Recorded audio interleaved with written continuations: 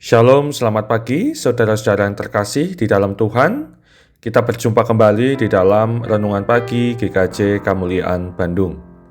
Renungan pada pagi hari ini berjudul Batu Peringatan. Bacaan Alkitab dari kitab Yosua pasalnya yang keempat.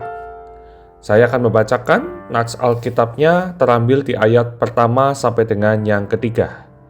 Yosua pasal 4 ayat pertama sampai dengan yang ketiga. Demikianlah firman Tuhan. Setelah seluruh bangsa itu selesai menyeberangi sungai Yordan, berfirmanlah Tuhan kepada Yosua demikian. Pilihlah dari bangsa itu 12 orang, seorang dari tiap-tiap suku, dan perintahkanlah kepada mereka demikian. Angkatlah 12 batu dari sini, dari tengah-tengah sungai Yordan ini, dari tempat berjejak kaki para imam itu. Bawalah semuanya itu ke seberang dan letakkanlah di tempat kamu akan bermalam nanti malam. Saudara, di dalam kehidupan kita mengenal yang namanya batu peringatan. Ada batu peresmian bangunan. Ada pula batu nisan.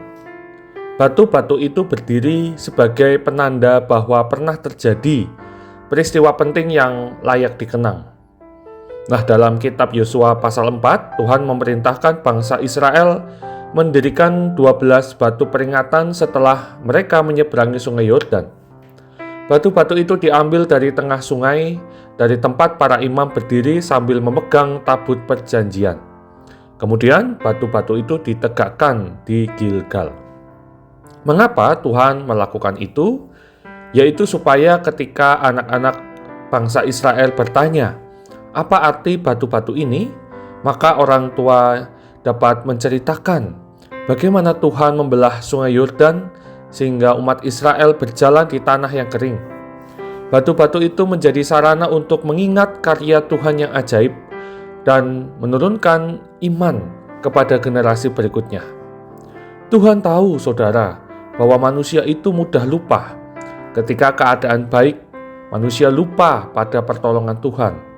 Ketika masalah datang, manusia lupa bahwa Tuhan pernah menolong mereka sebelumnya. Karena itu Tuhan memberi tanda agar umatnya terus mengingat.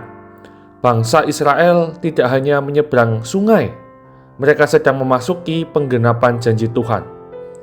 Di titik penting itu Tuhan mengajak umat Israel berhenti sejenak untuk membangun peringatan. Artinya, sebelum melangkah lebih jauh, umat Israel harus mengingat siapa yang membawa mereka sampai di sana. Nah, saudara, bagaimana dengan kita? Apakah kita memiliki tanda petik batu peringatan dalam hidup? Mungkin bukan batu secara harafiah, tetapi seperti catatan doa yang pernah dijawab, kesaksian tentang pertolongan Tuhan, foto sederhana yang mengingatkan pada masa sulit yang sudah dilewati. Setiap pemeliharaan Tuhan, setiap pintu yang dibukakan, setiap kekuatan yang diberikan saat kita hampir menyerah, semuanya layak menjadi batu peringatan. Saudara, mengapa ini penting? Karena iman bertumbuh ketika kita mengingat karya Allah. Saat badai baru datang, kita bisa berkata, Tuhan yang dulu menolongku, pasti menolongku lagi. Maka pagi ini, sebelum kita memulai hari baru, kita bisa membangun batu peringatan dalam hidup kita. Ingat satu kebaikan Tuhan hari ini. Ucapkan syukur, ceritakan kepada orang terdekat, biarlah hidup kita penuh dengan tanda-tanda yang mengingatkan bahwa Tuhan itu setia. Dan ketika kita setia mengingat serta menceritakan karya Tuhan, iman kita diteguhkan dan orang lain dikuatkan. Amin. Mari kita berdoa. Tuhan yang setia, terima kasih atas setiap pertolongan-Mu dalam hidup kami. Ampuni kami yang sering lupa pada kasih-Mu.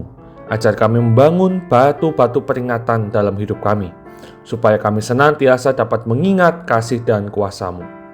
Mampukan kami pula dapat menceritakan kebaikan-kebaikan-Mu pada orang-orang di sekitar kami. Di dalam nama Tuhan Yesus Kristus kami berdoa. Amin.